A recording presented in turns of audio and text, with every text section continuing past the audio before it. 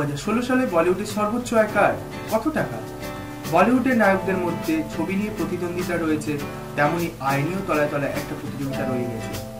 বিদায়ী বছরে সবচেয়ে বেশি আয় কে করেছে? শাহরুখ ও আমির ও সালমানের মধ্যে পেশাগত প্রতিদ্বন্দ্বিতার কথা অজানা নেই কারণ। কার ছবি কত ব্যবসা করলো এই নিয়ে মাথা ব্যথা শুধু তাদের মধ্যেই সীমাবদ্ধ নেই, তাদের ডাই হার্ড ফ্যানেরাও এই নিয়ে বেশ চিন্তিত থাকে।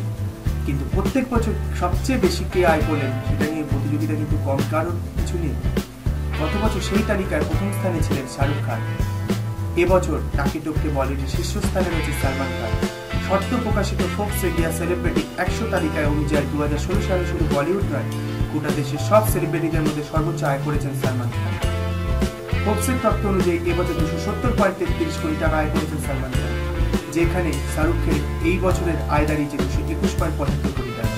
67.42 কোটি টাকা আয় করে দ্বাদশ স্থানে রয়েছেন রণবীর সিং। একাদশ স্থানে রয়েছেন কপিল শর্মা, তিনি বছরের আয় করে হারিয়ে দিয়েছেন আমির খানকে।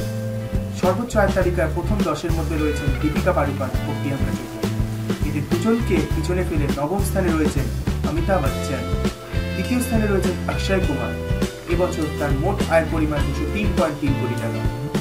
তৃতীয় স্থানে রয়েছেন বিরাট কোহলি, পঞ্চম স্থানে রয়েছেন মহেন্দ্র সিং ধোনি, সপ্তম স্থানে রয়েছেন সচিন তেন্ডুলকর। আমাদের সঙ্গে থাকার জন্য অসংখ্য ধন্যবাদ। আর বিনোদন জগতের আরো খবর পাওয়ার জন্য এই চ্যানেলটিকে সাবস্ক্রাইব করুন।